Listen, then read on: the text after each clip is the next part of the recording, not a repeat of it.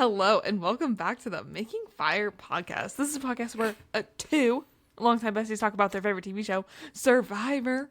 This week, we are covering the finale of Survivor Heroes versus Villains. I'm so sad. I'm so sad. Don't be sad that it's over. Be happy Smile that because it happened. Smile because it happened. I cannot believe that this season is over. Well, it was over about 15 years ago, actually, but for us in this moment, in this summertime. But before we get into this exciting episode and little reunion bit-ish after, I have to ask, how are you? Well, thank you so much for asking, Maddie Lynn. I am so excited, y'all. Other than reality TV, what does everybody know that I'm obsessed with and I love? It's going to go ahead and be, say it with me, tennis. Basketball. No, actually, it's going to go ahead and be tennis. Some friend you are. Oh my God. Y'all, the U.S. Open is in the midst. We are still very much in the middle of it. It is the second day of the quarterfinals. While we were doing our pre-interview, Maddie, so the reason ESPN was playing in the background, and for some reason, I still thought it was you and not me. It's because while we were talking, I did have Amanda Anisimova versus Iga Swiatek's match in the back. For those who are familiar, they just played the finals in Wimbledon, and it was a big storyline. Amanda Anisimova lost 6-love. She didn't win a single game in the final for Wimbledon. Yes, she didn't win a single game. And so now they are going up against each other again, and it was a big, is she going to win is she going to win at all? If that, is she going to win a game? All of this stuff. She beat Iga. Girl, she broke her down. It was so good. And Iga was my pick to win. Sorry, this is controversial. For tennis people out there. Iga was my pick to win. She had, coming off of Wimbledon, it was having a great summer in America. And I was like, oh, Iga's gonna win. Iga's gonna win this whole thing.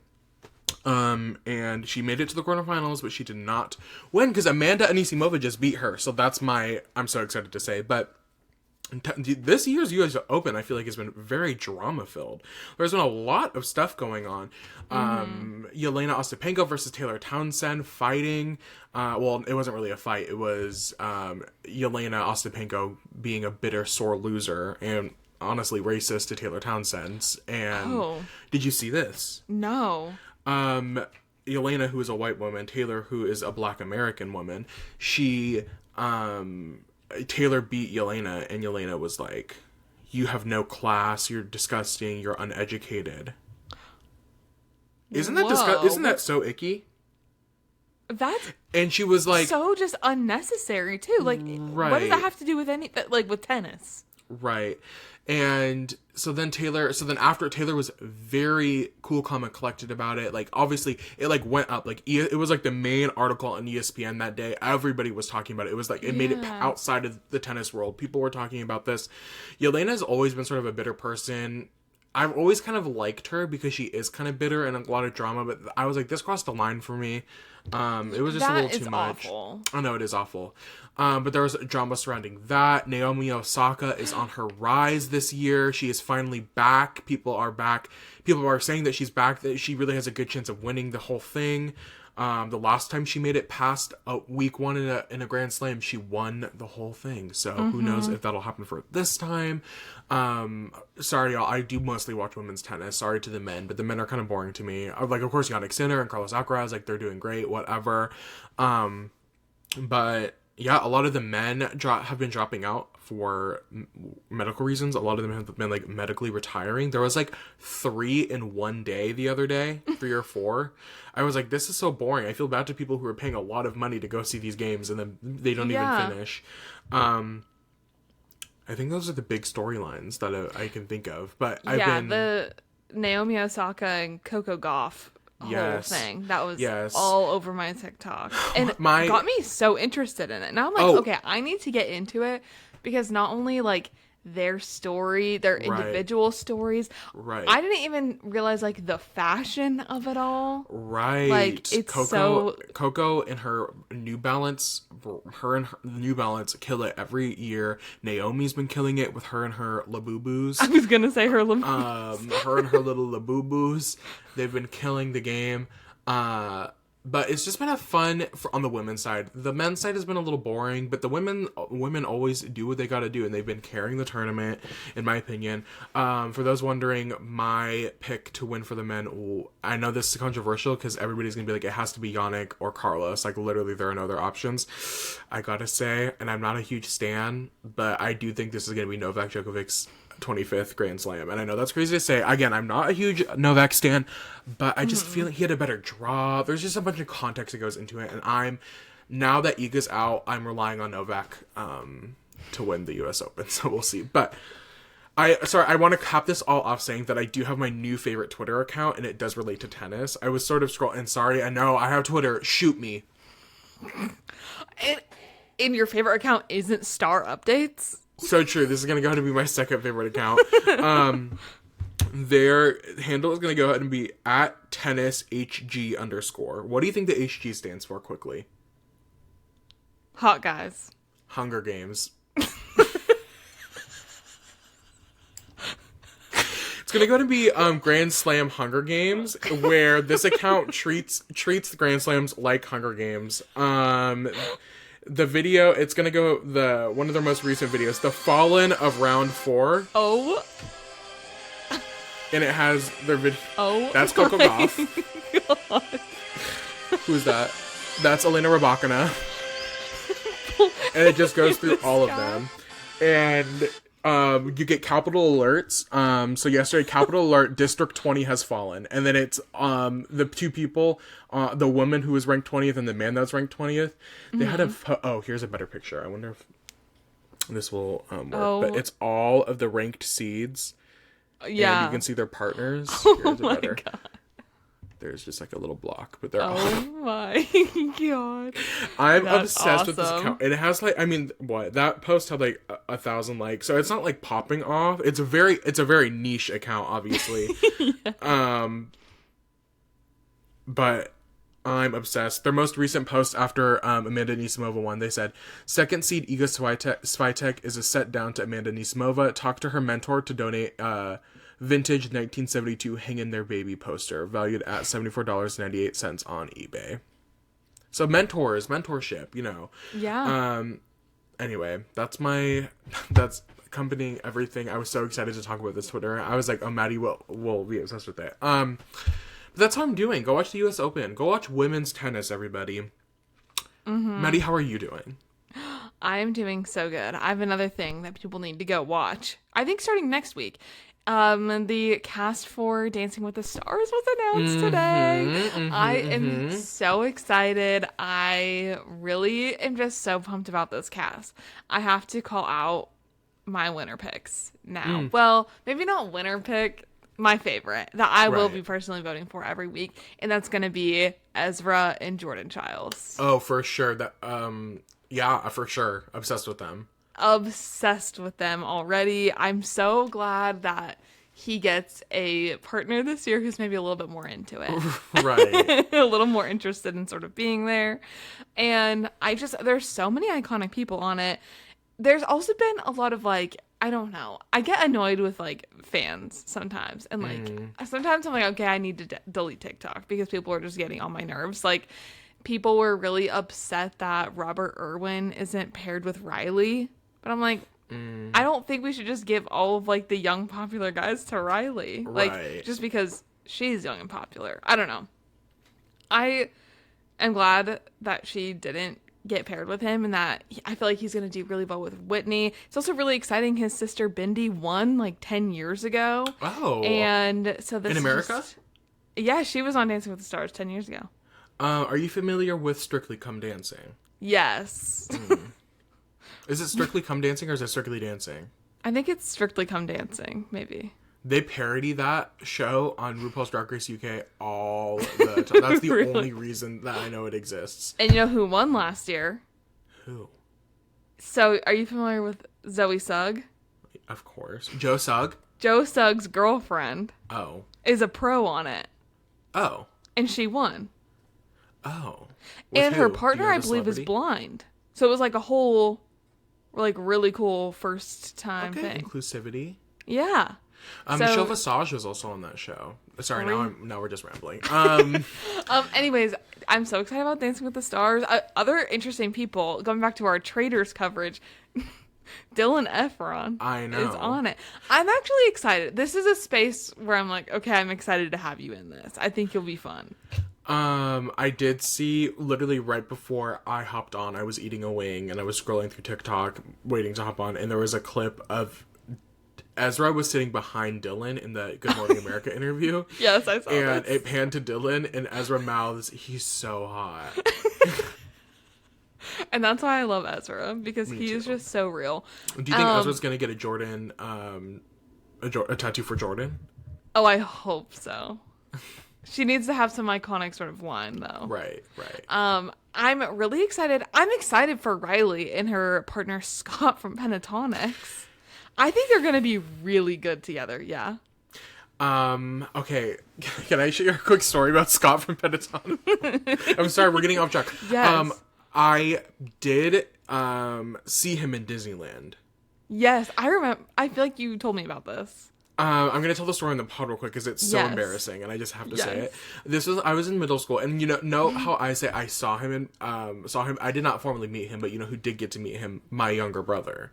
Because I was I was a Pentaholic down. I was in the Pentatonics game, Pentaholic. I watched them on YouTube. I watched them on the Sing Off. I was Superfruit bag. I listened to both their EPs.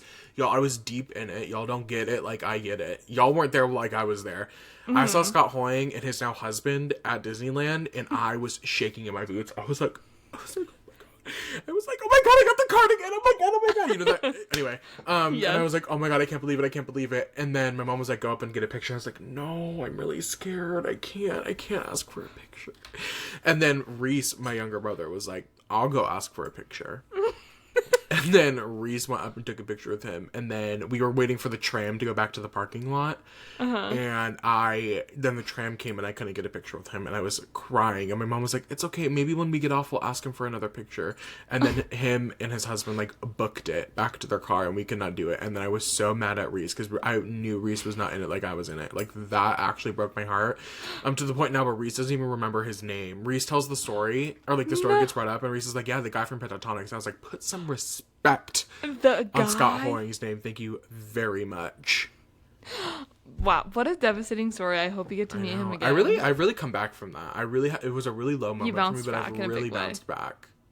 But I'm so excited to have him on. I think him and Riley together are going to be such an awesome duo. And I don't know, there's also some... I'm a little bit annoyed that there's 2 people from Secret Lives of Mormon Wives on. That is so unnecessary. And, okay, not to be ageist, I feel like there's a lot of people of a certain age bracket participating. They do that a lot. There's a lot of old people. Which is fine. Live your truth, be happy. But I was like, how often do those people do well on the show? Not often. Right. Not super often. Because part of the problem, and I think this is a good and bad thing, is that the dancing is only so much of what is factored in, the votes of the audience. Yes, because at the end of the day, it's a popularity contest, and so it's hard for them to do well when some people like Alex Earl have millions of followers on Instagram. I know so that. I'm like, girl, what do we expect is going to happen? That. Yeah, I'm not a big Alex Earl fan. I mean, I don't know anything about her. Maybe I'll become an Alex Earl fan. But yeah. Oh, Corey Feldman. He was in the Goonies. He's an older guy. That I was like, who are you? He's so random. Right. Another one, Hilaria Baldwin. Get off my screen. I hate the Baldwins. Girl, when your claim to fame is your husband, pack it up for me, babe. And faking being Spanish. Not too much of my sister. Not too much. Right. So that'll be interesting. I think I'd love just like a little bit more variety on a season. Like, I don't like having, I think it's different if you have like two housewives, but from different franchises on. But I think having two people from the same show is just like a bit much, in my opinion. Right. It's giving two figure skaters on Traders. Like, why do you have to have You both? are really... It's been a couple months, and you are really stuck on the two-figure skaters on Traders. Like, that is really getting you. No, it is. But anyways, I cannot wait to be tuning in every single week to Dancing with the Stars, and I'm just so ready for fall television. We're almost there. And that is how I'm doing. Word. Do you have anything off the top before we get into the episode? I think that, to recap the overarching episode in the season, I think that this is probably, like, it gets so much hype, and again, I feel like I've literally said this every episode. The season is perfect. I don't think there are any flaws to this season. And this might be controversially, I think the right person won. I agree. There was drama along the way, like very nuanced relationships and dynamics and characters. We had, I mean, obviously it was the title of the season, but we had heroes and we had villains. We had strategy. We had great moves. We had terrible moves. Like the balance, it was perfect. Everything that you could ask for at a Survivor season, everything you could want, was pretty much perfect. I fully agree. And I think a lot of the complaint when it comes to this season, I think the biggest complaint is that the wrong person won, or that Sandra did not get a good enough winner edit, or a great enough winner edit.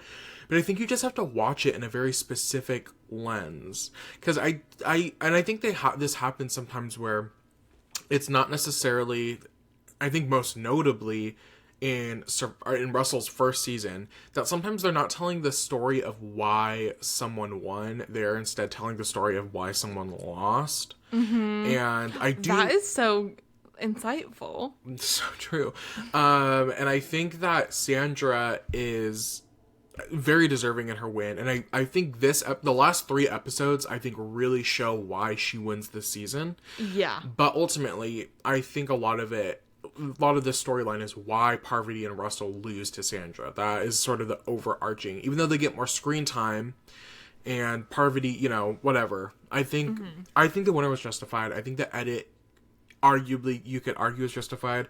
I will say a critique to the argument I just made is that most of the time I feel like when you're doing the edit of like why this person lost instead of this person won, it happens when a woman wins the season. They often are showing why the man ends up losing instead of just showing the woman winning for winning. Yeah. But yeah, that's all well, obviously we're going to get into the very dirty, disgusting details of this episode, but that's my thing. I think this is like a pretty perfect season of Survivor. I agree with every single thing you said. I have been entertained start to finish. And I'm so glad we rewatched this. Like, I can't think of, we've said it, sorry if I just hit my mic.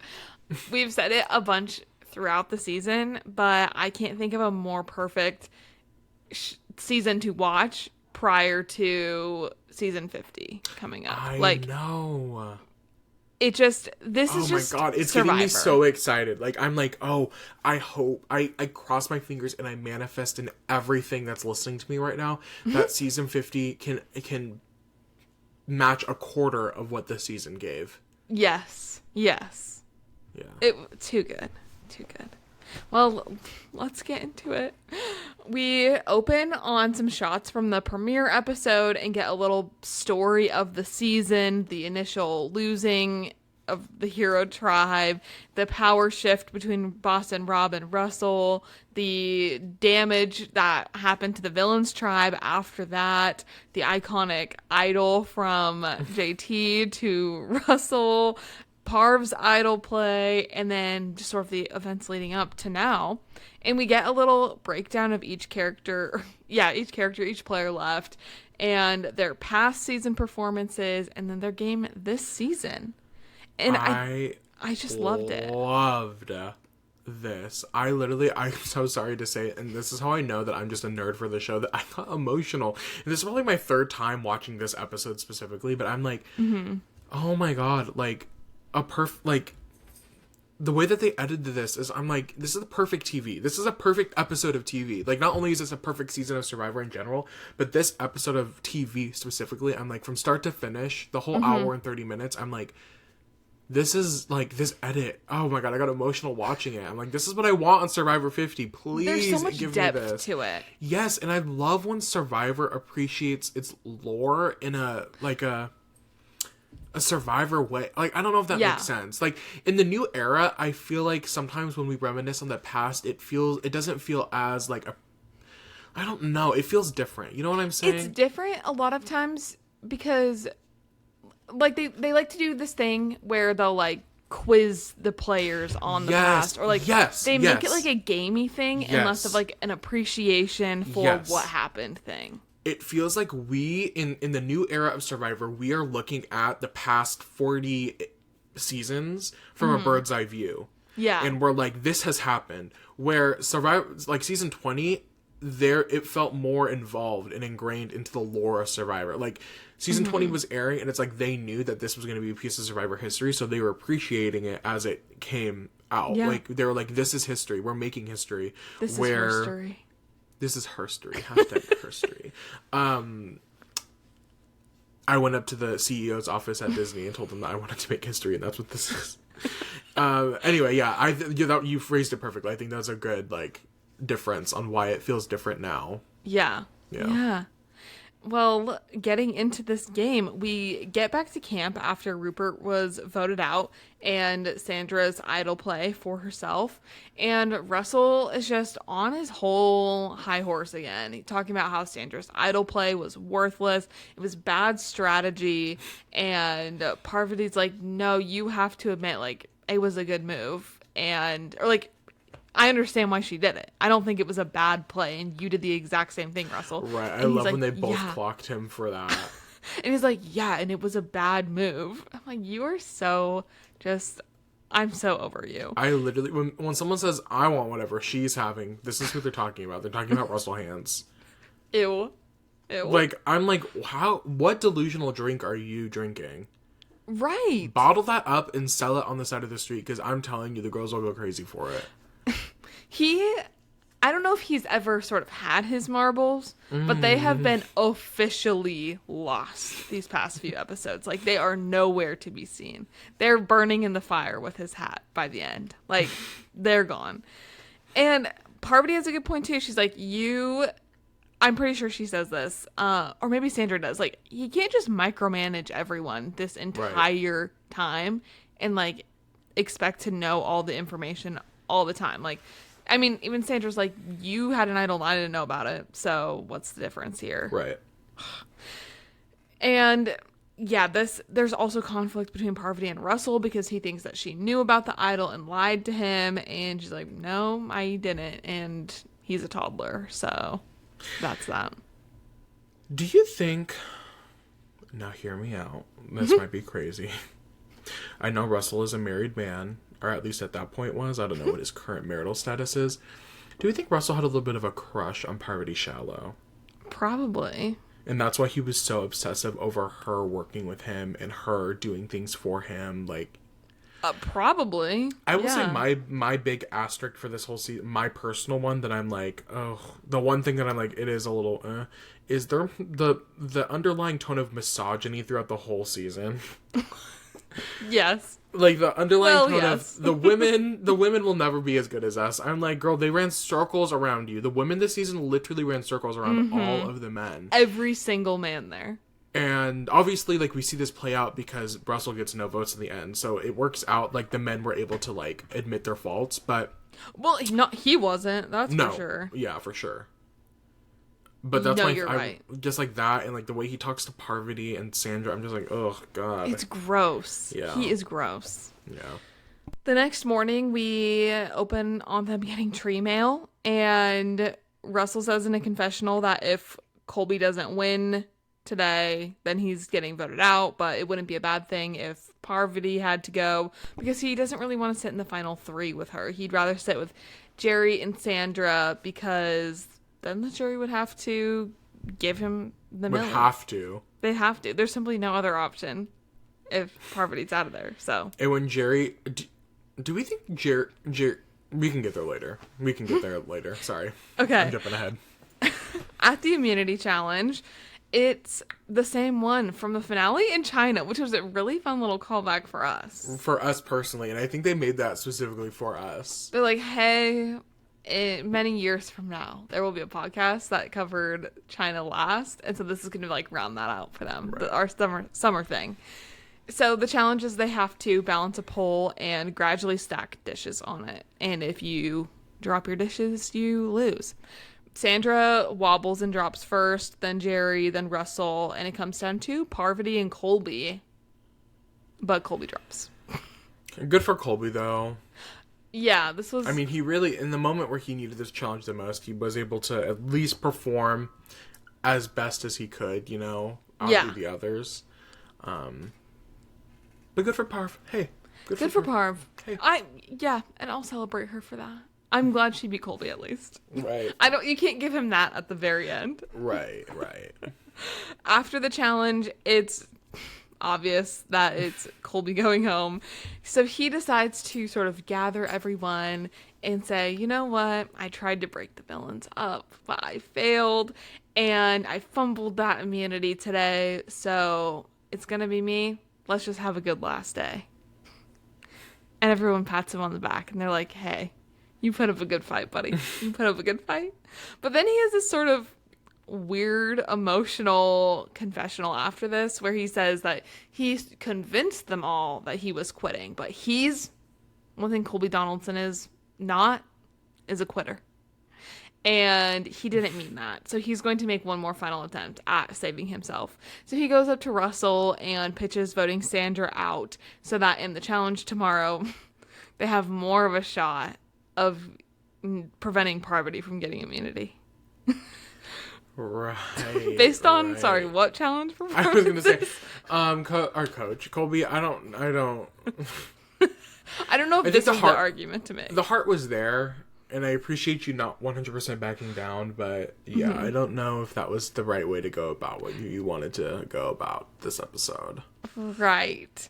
And in this conversation, and also in his confessional, Russell admits, it might be a good idea to keep Colby because he doesn't trust Sandra, but he also doesn't want Colby getting to the final 3 because having a hero there could be dangerous for his own game. I'm like, At least he had the bandwidth to figure that out. Yeah, he maybe he had like a marble left up there. One little dinking around. Yeah. This brings us to Tribal, and they talk about Colby being the last hero standing, his poor challenge performances, and him trying to pitch getting rid of Sandra, even at Tribal, and how no one wants to sit next to Parvati in the end.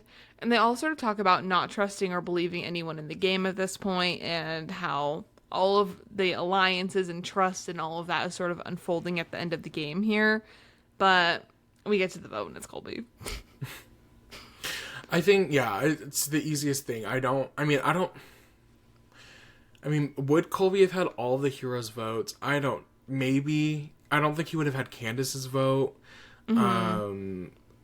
But I don't know if it would have been as clean of a... I don't think it would have been as... Like, none of the villains would have voted for Colby. So, no. I don't think it was as whatever, but good for them for doing it. At least he's out. I think that's an emotional moment for Jerry. I think she has we don't get a confessional from her, but she kind of has this look in her eyes where I think she tears up a little bit. I think it's hard for her. For both Colby and Jerry, who come from an era of Survivor, and Colby talks a little bit about this in the reunion. We're not going to go too in depth with the reunion, but Colby brings it up that he's just well, when I played, it was more about the adventure. It was about the, it was about the being able to go in the jungle and swim in the sea. So him and Jerry come from a time where the backstabbing wasn't this brutal. Yeah. And Jerry sort of says goodbye to him, and it's weird because they didn't really have a very like in-depth storyline. There was a lot of duos this season that we didn't get much with Rupert and Sandra and Amanda and Parvati. So it's just a interesting side moment that doesn't really get talked about, but as a viewer you kind of witness, I totally agree. Also, that moment from the reunion, like, I feel like we can just touch on it now, was interesting. Him talking about how they were sort of quarantined on the beach and couldn't really go explore and couldn't go in the water. Why was that? I don't know. I think things just got more strict as the seasons went on. I think probably, like, Colby's probably a part of that. Infamously in Australian Outback, him and Jerry went on a reward together where he destroyed some of the coral reef, and then production had to pay the fine for that after he left. So I think that's probably reason that probably is I would assume, like, legally probably part of their contract of like where they can and can't go. It's probably cheaper to have less space, so you'd think everything is more close together, so they don't want people like running in to each other. I think that that happens in Guatemala maybe, or one of those early teen seasons, where one of the opposing tribes literally stumbles onto the other tribe's camp. So I think things just get more closer together to save money probably, and they just don't want people like doing too much, Yeah, that makes sense. That would be my assumption, but hey, you know what they say about assuming, to quote Parvati, or to quote Jerry. It was Jerry. Yeah. Anyway. We get back to camp that night, and Parvati is ready to sort of lock in and make it to the final 3 after she sort of has an epiphany at this tribal council about how, she might be a threat in the end and have a good chance at winning. This is far too late to realize what your perception is in the game. I'm sorry, and I don't know if this edit is the full truth, but I'm like, Parvati, you went through this whole game thinking that you weren't that big of a threat? Or that you weren't the number one target? Day one. Yeah. Yeah. The next morning, Jerry and Russell are talking about needing to get Parvati out, but then she runs up with tree mail, and they're given this map to go on the rites of passage torch walk thing, and for all of their fallen soldiers this season on their way to the final challenge. And how do you feel about the rites of passage? I really liked it. You do? It's okay. I don't know. It takes up a decent amount of time. Mm-hmm. And I don't know. I think it can be fun to reminisce on some of the people that left the game early. Mm-hmm. Like, you kind of forget about by the end. But I like it. I think there could be different ways to do it. What are your thoughts on it? I think I'd agree with you. It's not, I know a lot of people are like hardcore for it. People are like, I bring the rites of passage back, but I'm like in the middle. I'm like, I don't hate it. I think it's a cute like thing to do to reminisce, but you're right. There's probably easier ways, more streamlined ways to like remember. And it's always awkward, like, for all the heroes that were voted off pre-merge that they never interacted with. Like, literally, they say nothing about Sugar. They're like, oh, Sugar, and then you have Sugar's little talking confessional thing, and then none of them say anything about Sugar. They just move on to the next. They move on. Oh, who's next? Stephanie? Yeah. Or whoever. It doesn't really work, especially like with the 3 tribes in the beginning now. Like, there's a good chance in some of those early stuff, like, you would never have had a conversation with these people. What are you supposed to say? So, yeah. And they talk about each person. We get a little message from each person. And then at the end of the walk, they put everyone's name tag onto this giant wood structure thing, and they burn it. Did I say stand there and look stupid? No, I said burn it. That was Jeff to them. And this brings us to the final immunity challenge of the season. How did we get here? I know, it's kind of crazy. It is crazy. Okay, I always really like a final immunity challenge like this. I think it's like a grandiose big challenge. Yes, but it also feels like everyone could do it. Right. Like, okay, before we get into that. So for this challenge, they're blindfolded and they have to make it through a maze, collecting 4 necklaces at different spots in it.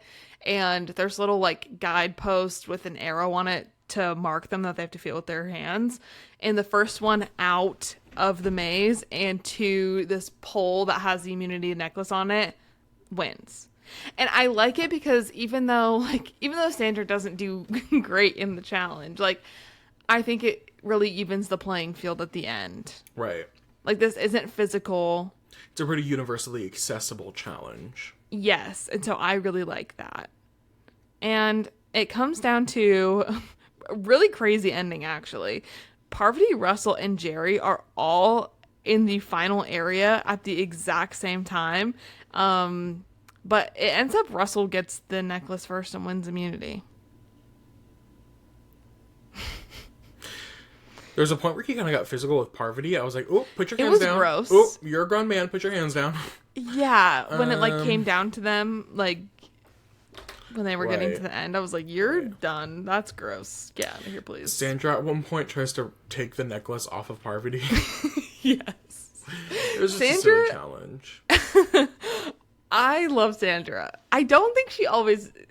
Okay, I think it was at the final tribal maybe, or I don't remember if it was there at the reunion where they were talking about her tribal or her challenge performances, and she was like, no, I always give 110% at every challenge. I am going to have to maybe push back on that a little bit because it did not feel like she was giving 110%. But a little lie here and there is okay. It is okay. And she didn't need it anyways. Right. Well, Russell wins the challenge, and he's the final person safe. Yeah. Which is like, and the audience says nothing. Crickets. Russell's safe, which is good for him. You know, he makes it to his first his back-to-back final tribal council. 39 days, twice in a row. Love that for him. Mm-hmm. We sort of go back from the challenge, and it's everything. I mean, it's kind of up in the air at the moment. It's going to come down to really whatever Russell wants to do, which pains me to say, but is the truth. Jerry and Sandra and Russell are talking, and I mean, in confessional, Jerry's still like anti-Parvati. She can respect her and like the things that she was able to do, but she solidified things with Russell and wants to go to the end with him. Mm-hmm. Russell at this point and throughout the rest of the game is, I mean, for the last couple rounds, I feel, is 100% convinced, 110% convinced, one might say, that Sandra will not win against him. She will not win. She's done, in his mind, nothing in the game. Yeah. And he flat out tells her this. Which is so insane. It is really rude. It is rude, but I'm just like, how do you, like Sandra has won this game before, and it was not a fluke win. Like, you're really talking to her like this, thinking that she's not playing you? Right. It hasn't been sort of like your opposition this whole time. Right. Sandra has, at this point, after this is day 38, has learned how to stroke Russell's ego. And so she plays into it because she knows that's what will keep her safe. And she says, that's fine with me. I will take the 100K. Like, I'll take whatever money I can get. Which, hey, I get that too.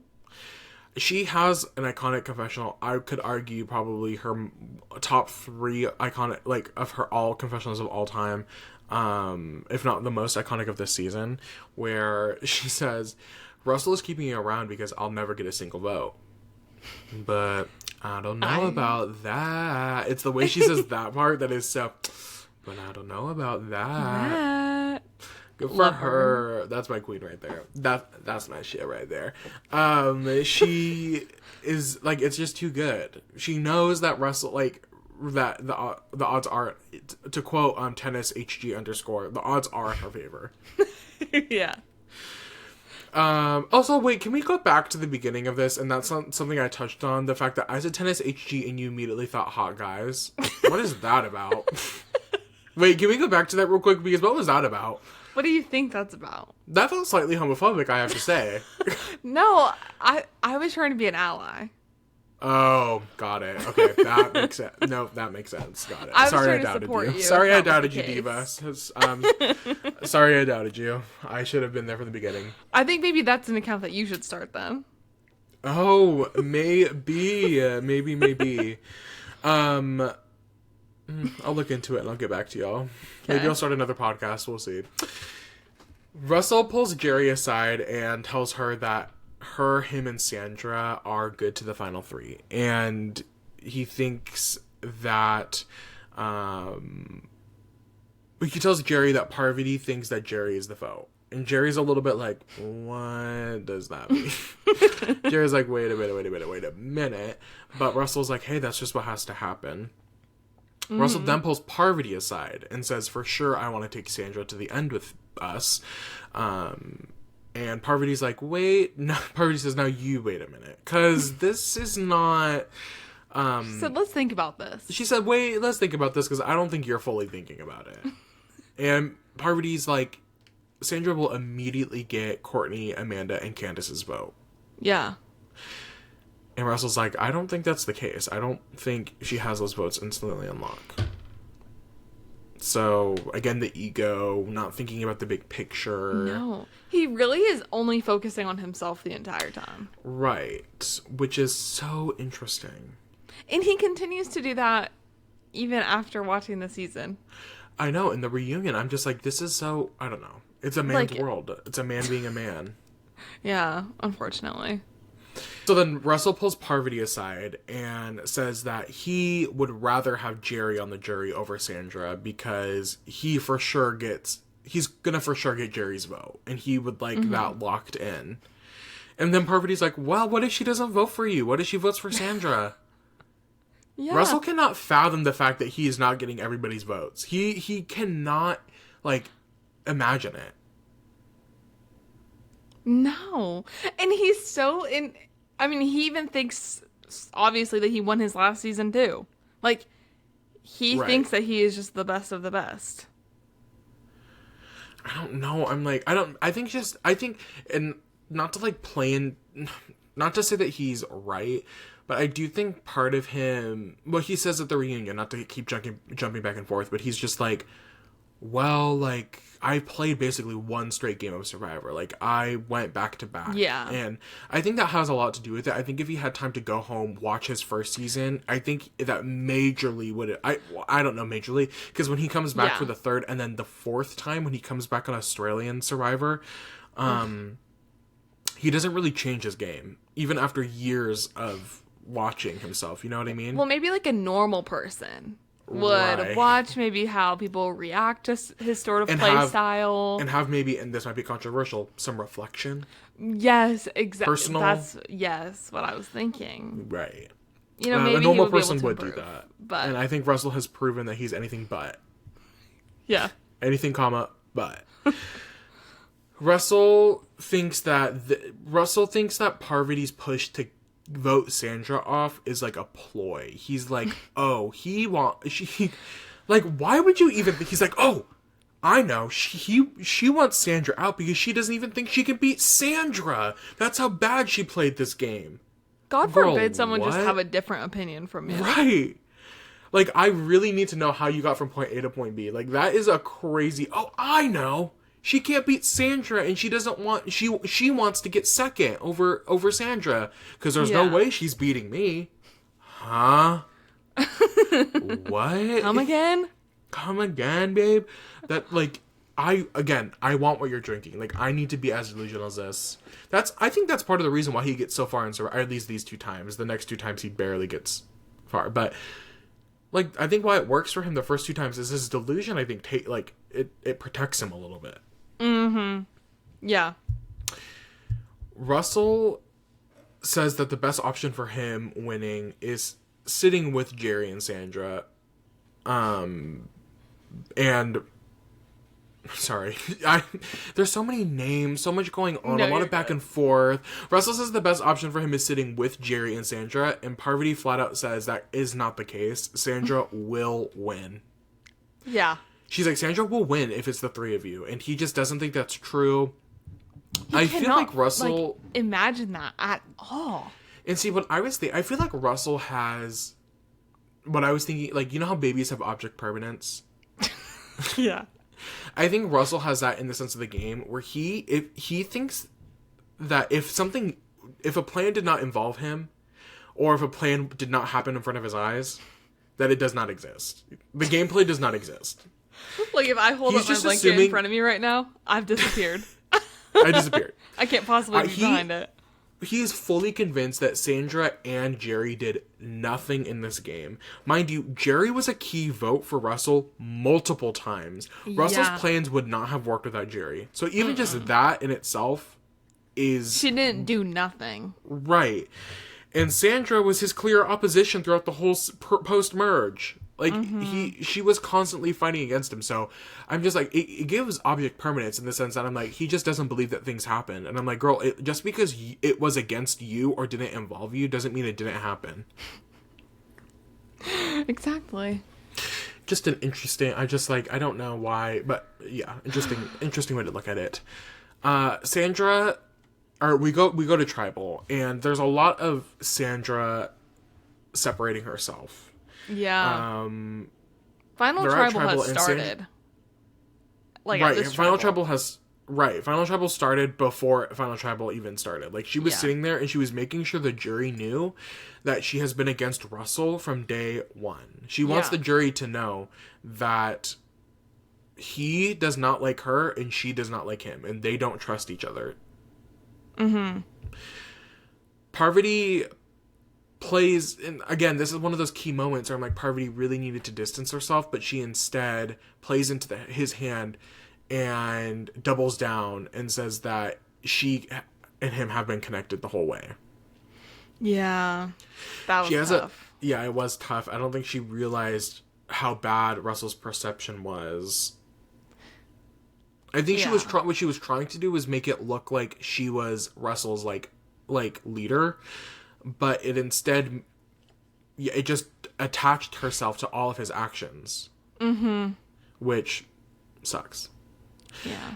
Because she played a pretty good game outside of her relationship with Russell. I mean, even that, we'll jump there. We'll get there at Final Tribal Council. But Parvati then is talking about her relationship with Russell, and she says that she's been protecting Russell, and Russell did not like this. And Parvati tries to backpedal a little bit, but Russell was just like, that's going to be a no for me, dog. I feel like here, I don't know, to me, it's very clear at this point that he's keeping Parvati because he thinks he can beat anybody. I think it's clear he's keeping Parvati because that was sort of his main alliance since the beginning. Mm-hmm.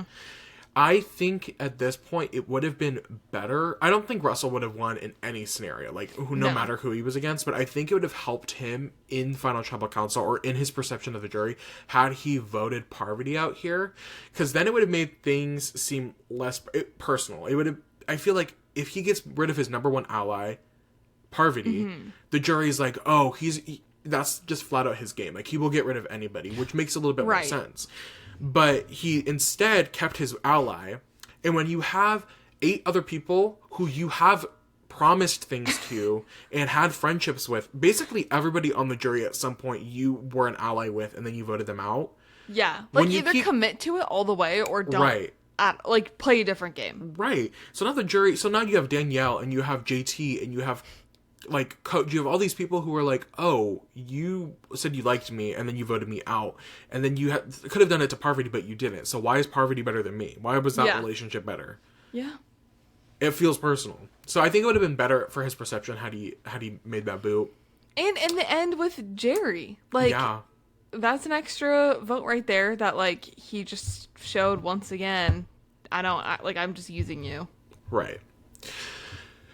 Jerry is our robbed goddess, our fallen goddess of the season. She's voted out 3-1 with Parvati getting her vote.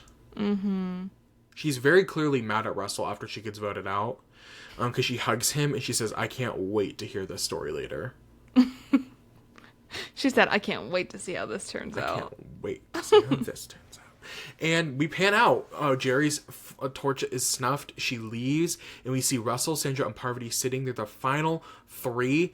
I'm just gagged. Like, Russell, why would you want to sit in the end with two winners? I'm sorry. I think them being women is really the ultimate thing that he sees. He sees them as women before he sees them as winners of the game of Survivor. 2 of 4 in a cast of 20. There were only 4 winners in the cast of 20 people, and half of the winners that were started the season are in the end game. Yeah. That's crazy. You know what? And he thinks there's 3 sitting there. Isn't that wild? Yeah. Isn't that wild? It's kind of crazy thinking about, okay, so you have, well, I guess Sandra is a 2-time winner. So if you count her win, there's 5 wins, plus Tyson and Rob, 7 wins out of this cast. That's almost 50% of this cast were winners. Yeah. That's it's wild. A good cast. It is a good cast. And who knows, maybe we have Stephanie, Colby, and Coach, and Sari all on... And who knows? Before, I haven't watched Australia, the final yet. I think the final comes out tonight, or maybe it comes out next Sunday. I don't know. But Sari and Parvati are in the finals of the Australia versus the world. So Parvati could be the 3rd 2-time winner, or Sari could finally get her first Survivor win. When did this season film? It filmed... I thought that it filmed before Deal or No Deal Island. I guess like before 50? Yes, this is way before 50. Okay. I think it filmed probably... I don't know how long ago, but it definitely before 50. But obviously the season hadn't aired before 50 started. So if Sari ends up winning, nobody will have known that. And I don't even know if Sari... I don't think it's a live reunion. So Sari may have known that she's a winner, which means maybe it made its rounds and people may have heard. But... we'll have to see. I think it's... Sorry, not to talk about that. I think it's Parvati's game to lose. I think Parvati is probably going to end up winning the season, so we'll see. Ooh. We'll see. We'll have to see. Who do you want to win?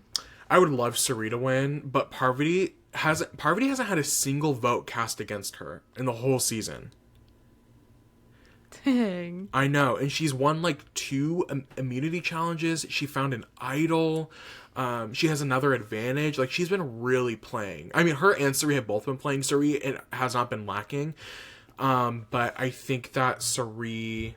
I don't know. Maybe the people won't want to vote. The jury won't want to vote for a winner to win again. The Australians are very big on that. Like, on All-Star seasons, the winners that come back for All-Stars, usually on Australia Survivor, are they're usually, like, the first couple people voted out. There's only one time in, All-Star returnee history that a winner was not voted out the first chance they could have been voted out in Australia lore. So how much is the winning prize there? I think it's $1 million too. Really? I think didn't you say this game is like 2 weeks? It's like 16 days. I'm not gonna look it up because I don't want to be spoiled. I can't remember if the finale is like it was yesterday or tonight, or if it's next weekend. I can't remember, but you look it up. I'll keep talking because we're getting into our after tribal now. We're post Final Four, pre Final Tribal Council, and there's a lot of things going on back and forth. We're getting a lot of character moments. Sandra specifically, this section of the episode is very Sandra heavy, and I don't know if that's the editor's last stitch effort to really give her this winner edit that she deserves, or if there was just a lot of Sandra stuff going on. I don't know. But we open up the night after Jerry, like right after Jerry's voted out. Sandra is sitting there and she's really in her feels. She's missing her family. She's missing her husband who's in Afghanistan. And she has this moment where she's like, he's doing what he needs to do. He's out there completing his job, and I came out here to complete my job. We are each focusing on what we need to do to win the game. To win money, bring money back home for our families. Did you figure out what the prize pot was? Yes. So, the finale airs on September 7th. Got it. And then the prize is 250,000 Australian dollars, which converts to 162,000 USD. Hey, better than nothing. Hey, yeah. Definitely not $1 million, but better than nothing. Yeah. But good. Exciting. A little chunk of cash to take home for whoever wins. We'll slay the day away. Russell is so convinced. again, this is like the 4th time I've said this episode, so convinced he's beating Sandra. Like, he's flat out, he's like 100% sure I'm beating Sandra. He would bet this his has life to be on a red it. flag. What? He would bet his entire life on it. I know, which is scary. And that's what I'm saying. Is like, this has to be a red, you should never be this confident about anything in Survivor. No. Unless you have like immunity in your, the only reason you should be confident that you're not going home or something is happening, like the only thing you should be 100% confident about is if you play an idol on yourself or an idol gets played on you, or you have individual immunity. That you're not going home. That you're not going home. Like, unless you have immunity, you should be 100% sure about nothing. Yeah. This should be a red flag. I'm sorry, but Russell should not be so convinced that this is happening. No, he's such an icky person. I know. And I will never miss an excuse to just like share my thoughts. Yeah. They're all laying in the shelter as things are tearing away. You know, they ate their breakfast, they're relaxing. Parvati and Russell are bickering, and Parvati says that if she was on the jury, she would vote for Sandra to win the game. Mm-hmm. If Jerry was there and not her. Yeah. Russell is gagged by this, and he was like, I think that's crazy because I still would have voted for you if I was on the jury and you were here. And she's like, I'd vote for Sandra. She's like, I don't care. And so they bicker back and forth, and Sandra's sort of laying there by herself. And I truly do think that this scene is a great sort of reflection of the season as a whole. Mm-hmm. Like, Sandra just minding her business on the side, just doing whatever she needs to do, while Russell and Parvati are sort of going back and forth. And Sandra's just minding her business and do what she's going to do. Yeah. Sandra has a moment where they're like, I'm gonna throw his hat in the fire. Sandra's like, I don't care. I'm gonna do it. I'm obsessed with this. And she's like, are you gonna tattle? Are you gonna tell? And Parvati was like, no, I won't tell. And Sandra gets up and says that he can take his bald-headed ass to tribal. And throws that hat in the fire. I just love her confidence. I wonder what he was doing. I mean, I feel like it would have taken a while, not like an hour, but it would have taken a minute for it to fully burn and not like have any remnants. It looks like by the time he comes back, like the lighting has definitely changed. Like he was. I wonder if he was filming like a confessional, like a final confessional or something. Probably. But yeah, I was like, that's really quite interesting. I would have been such a menace at the end. I would have too, especially when you know, like, there's nothing that can happen, you know? Like, at that point, it's just like, whatever. Burn the hat, hide his stuff. Who cares? Exactly. Who cares? We are walking, they're getting ready to, like, leave for council. Final Trouble Council. Russell, of course, can't find his hat and is freaking out about it. But then we get a final sort of confessional from Sandra as they're, again, very Sandra-centric. Very winner edit. Very winner edit. Sandra says that tonight is not about the money for any of them. It is about the title for Sole Survivor. Russell, no, she was specifically talking about Russell. She obviously throughout the whole season cares about the money. That's why she's out there. This is her job. She wants the money. But she says for Russell, it's not about the money. It's about the title of Sole Survivor. And she says, I will do whatever I need to do to make sure he does not get that title. There's nothing more motivating than, like, you just wanting someone else to not win more. Right. Than, like, you even want to. Exactly. It's a good... lights a fire under your butt. Exactly. Or under your butt, put your hat, your fedora. But yeah, that is their and then we go into Final Tribal Council. Mm-hmm. Do you have any thoughts before we get into Final Tribal? I just think that this last little silly moment was such a good way to wrap up, like, camp and, like, just the season, to be honest. I was gonna say, like, the vibe of the season. Yeah, like, that is so just, like, mischief and, like, conflict. And the burning of Russell's hat, I think, was just so symbolic in many ways and perfect. Very, very symbolic. A lot of symbolism this season, this episode. Ooh, you know? Maybe we'll have to do a rewatch and look at all the symbolism. Right. You start planning that out and let me know, and I'll get back to you. How about that? Okay. Got it. We go into Final Tribal Council, and it's the good old days of individual jury questions, y'all. They just don't do it like this anymore. We just don't get it like this no more.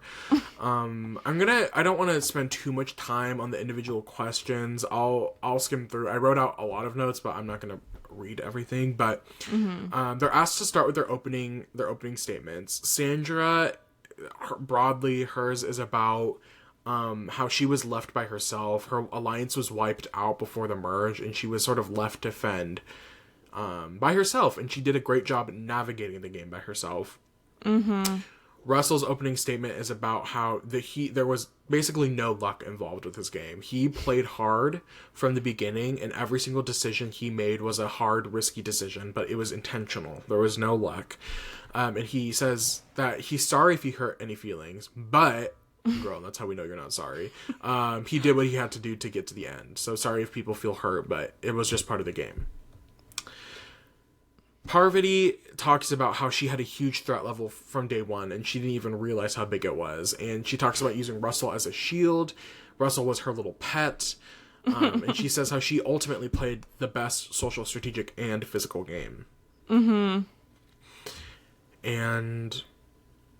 that opens up to questions. I think Russell and Parvati both got reactions during their speech of people who weren't pleased with the way they were presenting their games. So I think that was already starting them off on the wrong foot. Yeah.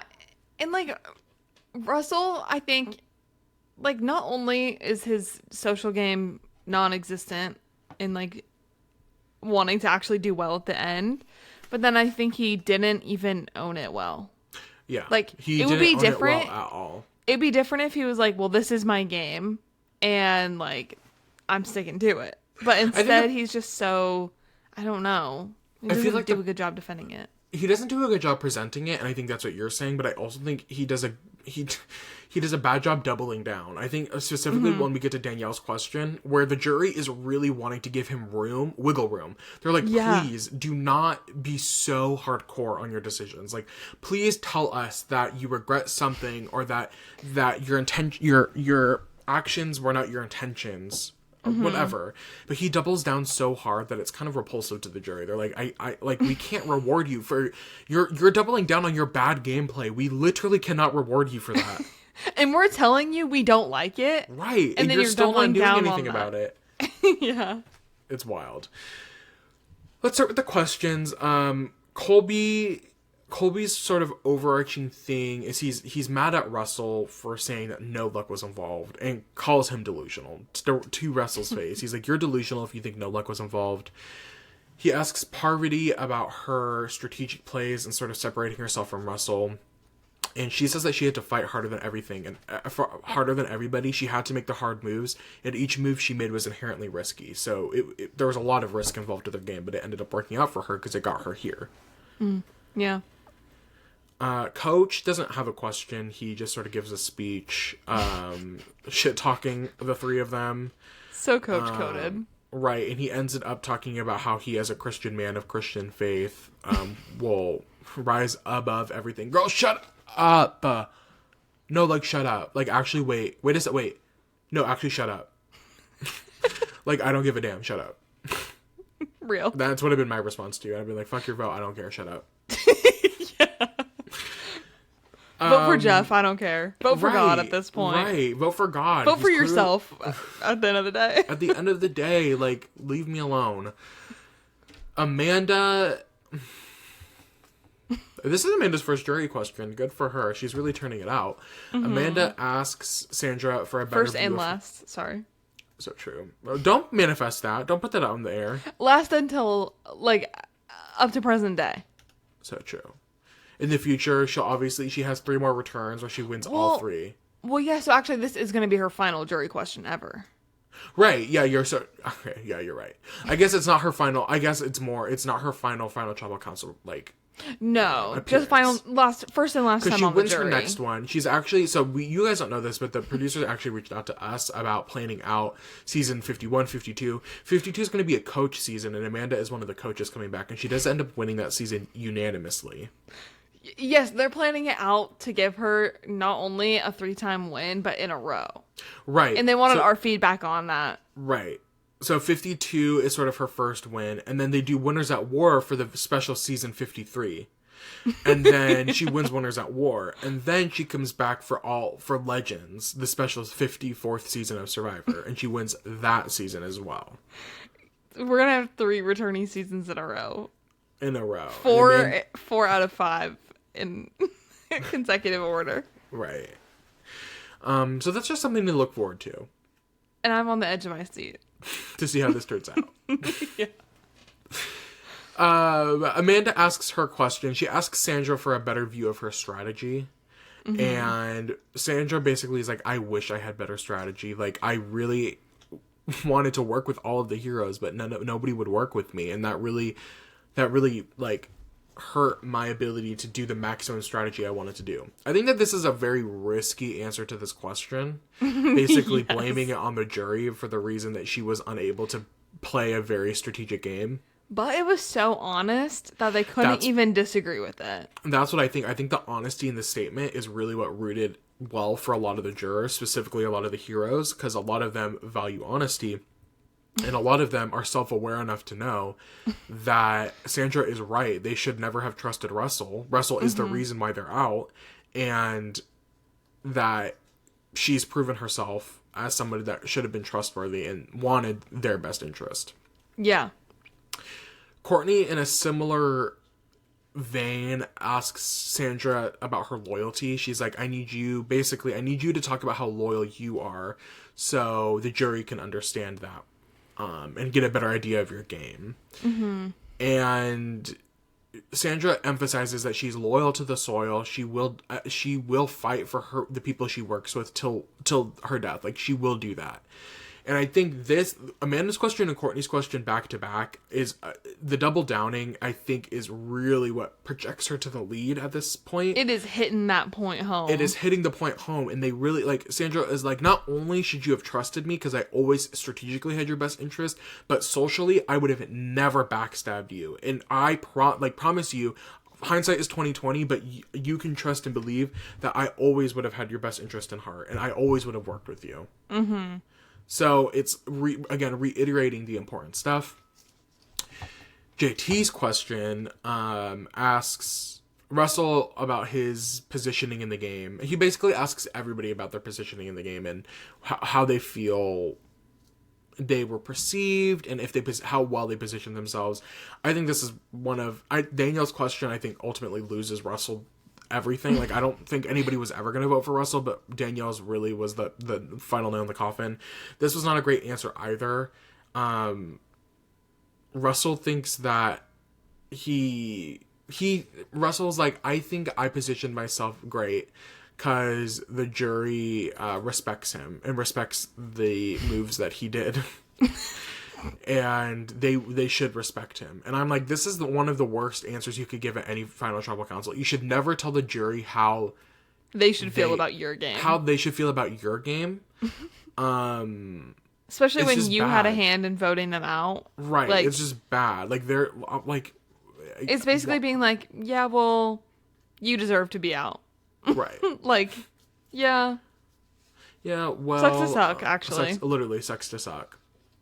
Parvati talks about how she was a bigger target than Sandra, and so she always had to position herself that way. And this is what you were referring to earlier. He specifically asks Sandra about challenge performance, and she says, I gave 110% in every challenge that she did. Mm-hmm.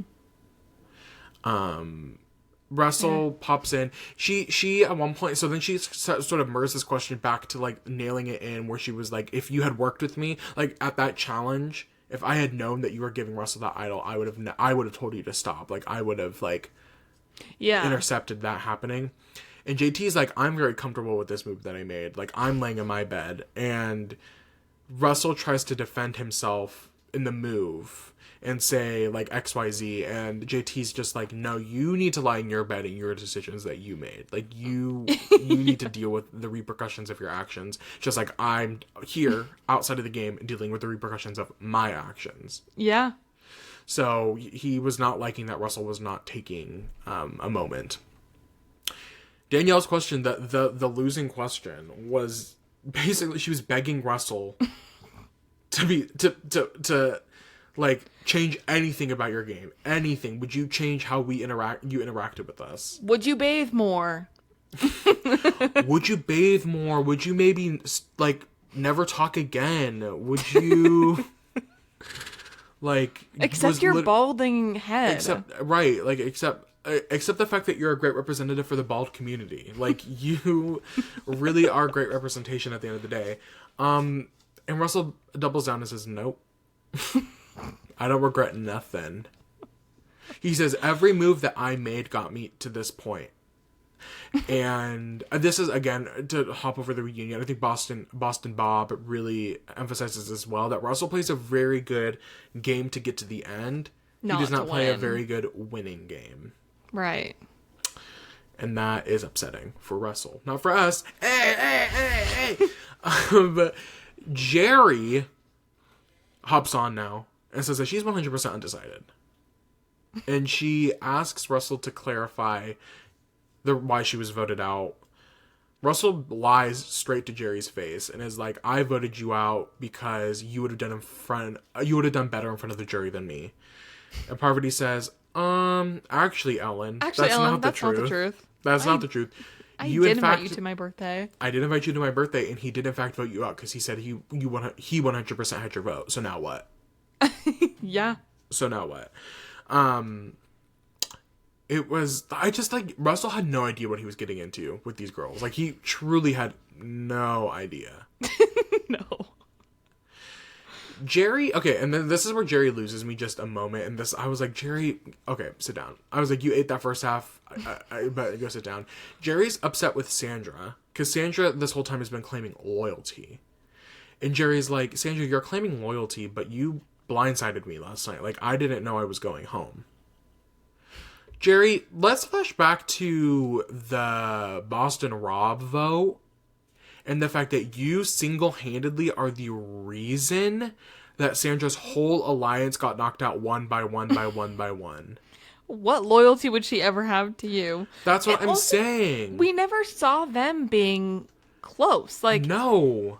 Jerry was always more loyal to Russell, Parvati, and Danielle. Right. So that's what I'm like, why is...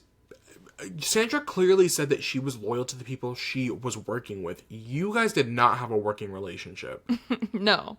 So you're just mad that Sandra would have been loyal to other people and not you because you backstabbed her? Also, like, there was never any other instance where Sandra even needed to be loyal to Jerry specifically. Right. Like, they were never in a situation other than the previous vote where, like, that was even a thing. Time and place. You did it at my birthday dinner. I just was like, this does not make sense. But we wrap up with Candace. Oh, no, we don't. We have two more people. Oh, my God, y'all. I do love an individual thing, but have any of you ever had to sit down and take notes and then talk about what each person says? No, you haven't. Girl, it's like fighting a fucking war. I always try and get out of this, too. I don't mind it because I find the Final Tribal Council very entertaining, but this Final Tribal Council is more wordy than any part of a Survivor season. I'm like, these people are talking, and I'm like, damn, I really have to lock in and make sure I'm getting what they're saying right. Yeah. Candace calls out Russell for being a dirty liar. Ooh, you're a dirty liar. And she was like, lying is inevitable in this game, but you did more than what you needed to do. Like, you went beyond just the game. She then calls out Parvati, and she's like, Parvati, you were under his thumb. And says that their relationship was... spells, you are under spells, people. And then she's like, Parvati, it's like you two were in a bad marriage, an abusive marriage. Oh. Hindsight is 20/20, but that aged very poorly. And then this is the moment where, like, I don't know for Russell, I don't know when Russell realized it. Who knows if Russell ever thought he was going to win. I don't know. But I think after Candace's question, this is when Parvati realizes she's not winning this season. Mm-hmm. In her eyes, and she still is, she's very actively talked about this in media, and specifically in the season that's currently airing, Australia versus the World, about how she feels like she lost the season because of a bitter jury. Which I do think that you could argue the jury was bitter, but I think that she set herself up for failure. Yeah. I think her connecting herself to Russell so hardcore, and I think that sort of rolls into the ball of her not really understanding her perception. Like, we hear this episode that she didn't realize that she was as big of a threat to people until Colby called it out. So I think her not realizing her perception to the jury sort of set her up for failure, because she should have been able to realize that they don't like Russell, and her connecting herself so closely to Russell is what lost the game. She was drinking some of Russell's Delulu juice, but he was sort of poisoning it to give her this altered view of the game and like her position in it. Right, and now tell that sentence to a Victorian child. Now tell that tell that sentence to a superfan watching in 2010. That Delulu juice. The Delulu juice, but he was like kind of poisoning it. Yeah. Anyway, I think that Parvati, yeah, I don't... Was the jury a little bit bitter? Yes, but I think it's... I think there's Parvati more to it than just... just being bitter. I think Parvati could have turned the tide around a little bit. Like, there was stuff she could have done to get things on her side. Yeah, I agree. And it started multiple tribals before this. Right. Like... I don't know. We wrap up with Rupert's question. He's really playing up the hero status. He says that being honest is hard and lying and deceit is easy, and Russell took the coward's way out. He thanks Sandra. He says, Sandra, I wish that you and I talked together. It's very clear through your answers that you deserve thanks from all the heroes, even if you don't get their votes. You deserve thanks for what you tried to do for us. Mm-hmm. And he says, Parvati, it sucks that you had to work with Russell. And this is where she's like, I had no choice. Like, I had to work with Russell. Nobody wanted to work with me. Which is also fair. Which is fair. I think that's fair. And I think if more people had acknowledged that point, it could have helped her in the long run with getting votes. But it's a fair critique of the point everybody's making, is that nobody wanted to work with her other than Russell. Literally, not a single other villain wanted to work with her. They all wanted her out. Yeah. None of the heroes wanted to work with her. So she had no choice but to work with Russell. Rupert takes that and reflects on it and compliments her on her challenge performance. It says, you worked harder than any of the other 3 people here to get yourself to the end, and that I can respect. Mm-hmm. And it's clear that Rupert hates Russell. Yes. And that's it. To wrap up those questions, do you have any other comments about the questions? Anything from the questioning? I just thought Rupert's sort of last comment with Sandra was really sweet. Yeah. And also just like a really good ending note before her winning. Right. So we get into the voting. Jeff has everybody vote. We see a lot of the people voting. We see 1, 2, 3, 4, 5, 6 of the 9 jurors. We see their votes, which we now recognize. It's very back and forth. It's pretty fun voting confessionals at the end here. I just wrote down a couple, like, Jerry has no idea what she's doing. She says she keeps going back and forth between Parvati and Sandra. Candace likes that Sandra has a good work ethic and her has a sense of family orientation, and says that is what makes Sandra a true hero, which is kind of sweet to say. It was sweet. I loved Danny's voting confessional. She starts and she goes, "Hey girl," as she's voting for Parvati. She's like, "Hey girl, I'm excited I get to vote for you." I thought "Hey girl" was funny. Courtney, similar vein, fist bump girl as she votes for Sandra. Yeah. We're kind of Courtney and Sandra if you think about it. We are. I'm very, which? yeah. Well, I would have to be Courtney and you're Sandra, I think. Work. Coach, after he votes, we says should be King there Arthur... for Halloween. Maybe that's what we'll do this year. I'll do little braids and the hat. You can have the cute half I'll my do heart. half my heart as an Afghanistan, and I'll put my hair. I'll grow my hair out and put in little pigtails. Yeah. I have a heroes versus villains merge buff. Really? Yeah. I think it's a merge buff. I'll have to see. It's somewhere in my boxes. You could be Courtney and repurposed your Angela wig. So we'll talk about it and we'll get there. Wait, Coach says I have to say, what? I was like, I was just looking at some of our older episodes, and that one I think came up on my in the recommended when I was just looking at our channel from my personal YouTube account, and that episode is so funny. Of you specifically, it opened. I had very clearly started watching it at some other point, and I was in the middle of your monologue, and then it was just so passionate. And I can't wait to watch her on The Amazing Race. I know. Get her on the Traders. Get Angela Merkel on the I think Angela Merkel is Angela Merkel? That's not her last name. Oh, Merkel? Who's Angela Merkel? Isn't that like the chancellor or something in Germany? the UK? Oh, Germany. Yeah. Who the girl? Angela Merkel. That was a crazy poll, and the fact that you knew she was a chancellor was even crazier. Because that former chancellor of Germany, that was crazy. Angela, what was her last name? Angela Big Brother. Oh, Murray. I was close. I was just slightly confused. Angela Murray. Anyway, sorry. Coach votes, and he says, King Arthur's journey has finally ended. Oh my god, we wish, oh my god. We wish. There's like a sword shielding sound and like a bald eagle caw. Yes. I was like, what is going on? And Rupert's confessional, after Sandra voted him out. Remember, Sandra voted him out and said, I'm going to vote you out again, and you'll still vote for me for the $1 million. And Rupert pulls out his vote for Sandra and says, I'm honored that I get to write your name down again and give you $1 million. Love you. Sandra don't care. Sandra said, just give me my money. I'll take my check. Thank you. Jeff counts the votes, and we fly off to a live taping in New York City. Mm-hmm. Oh. Can I sing a song? Yes. NYC just got here this morning.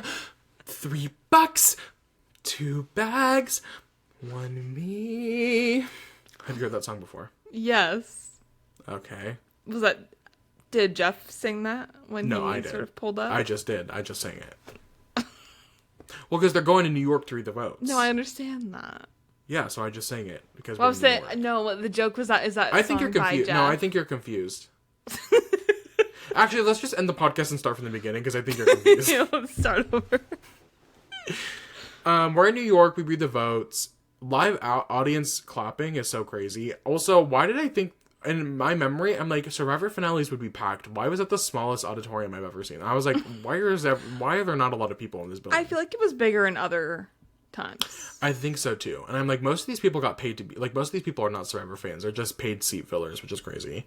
Everybody catch Nina Twine in the audience, future 2-time Australian Survivor player, and the anonymous winner. That was a show that aired earlier this year. Good for her. In the audience, love that.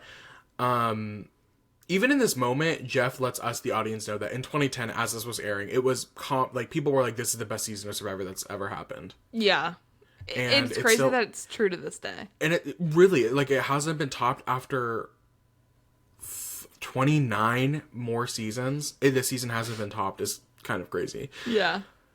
Russell looks pissed off. Jeff reads the votes, and it is a 6-3 vote. Sandra Diaz Twine wins, and for the first time in Survivor history, we have a 2-time Survivor winner. She's the queen. Adios. Mm-hmm. Sandra, Courtney, JT, Amanda, Candace, Rupert, and Colby all vote for Sandra, and Coach, Danielle, and Jerry all vote for Parvati. Never trust Google AI, because I knew it was a 6-3 vote because I just watched it, but then I wanted to Google to see who the exact votes were, and I said, what was the vote count? Why did it say 5-4? And I said, Google AI is gaslighting me right now. Oh, I'm so sick of AI. I hate AI Girl, so much. I'll say it. Okay. Have you seen the robot beep, boop, boop, beep, boop, boop, beep. That is not what God, this is R. Don't get it confused. People, like, trying to get their AI to like count to 1 million, but they won't do it, and then they're like fighting with them. Girl, get a job. Go touch some grass. I don't know what to tell you. Right. I just hate AI. I hate everything about it. I agree. Got a secret. Shh. I'll say if it gets to a point where my loyalty to AI determines life or death, I'll see myself out. Shoot me. Okay, one final, like, thought conversation to have before we wrap up the season. Yeah. At this moment, Tony is the only other 2-time winner. Parvati may be joining the group like we talked about earlier this episode. Mm-hmm. Do you think Sandra or Tony's win is more impressive? I have a very strong opinion about this, but I'd like to know your opinion. Ooh, they're so different.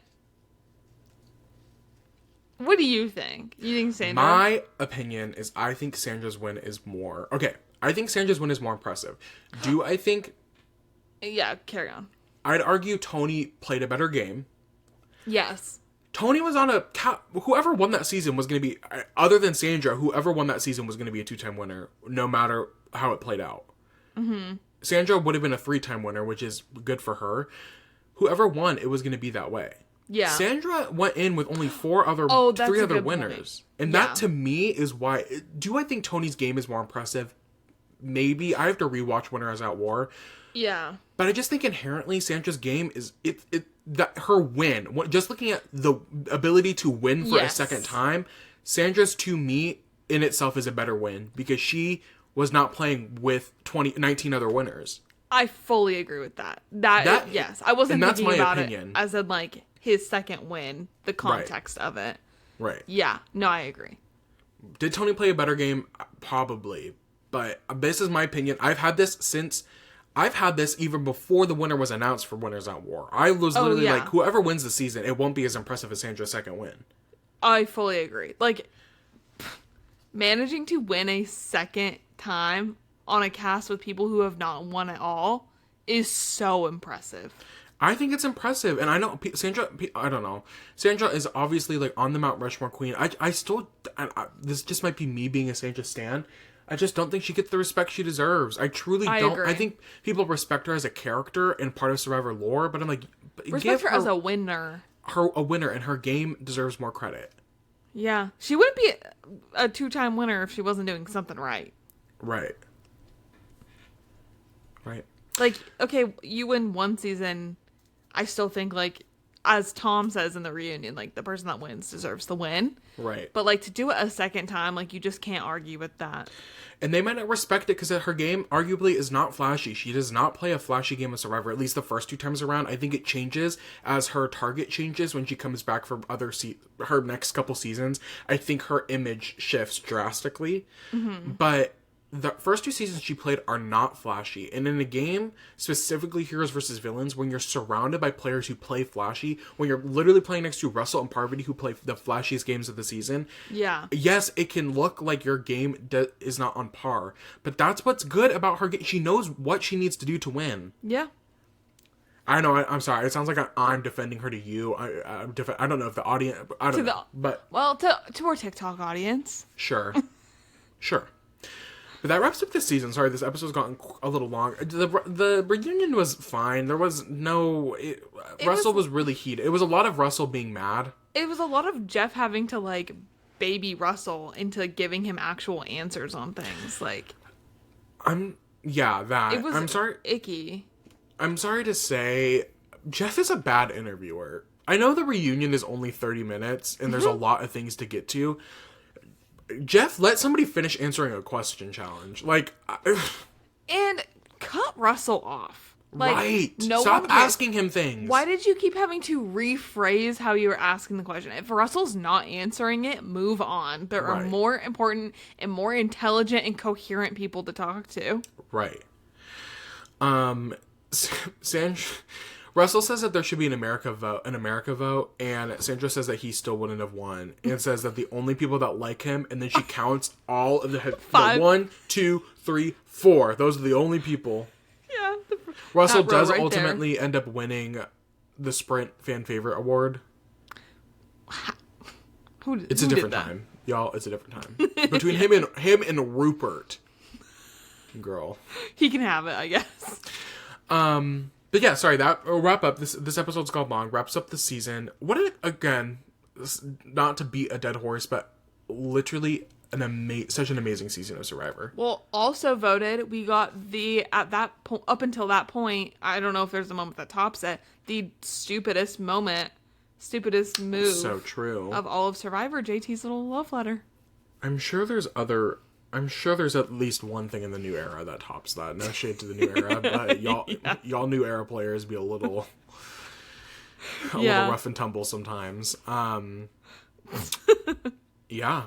Voted that, and then we got a visual image of what the most ideal Survivor winner, what that person would look like. A time before AI. God. AI. God. Anyway, do you have any other closing thoughts for this season? Oh, I'm so happy to have gone on this journey with you. I know. Another great season of Survivor. Summer. Right. I'm so happy that we got to watch this season and reflect on it and really deep dive into the dirty details of it. Loves it. If y'all enjoyed this episode, follow us or subscribe to us here on YouTube.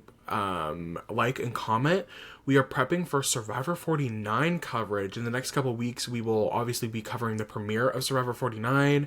We will be doing our cast assessment, picking our winner picks, all exciting stuff. So make sure to follow along as we get into the new season and prep. We are less than 6 months away from Survivor 50, 7 months away from Survivor 50. So we got a lot of stuff coming in this year. It's going to be exciting stuff. Make sure to join us. We had such a great summer talking to you about Heroes vs. Villains. What a fun. Honestly, I think this was the best summer of my life. You know what? I was thinking that for you too. Thank you. Subscribe to us on YouTube. The numbing is gone. Oh.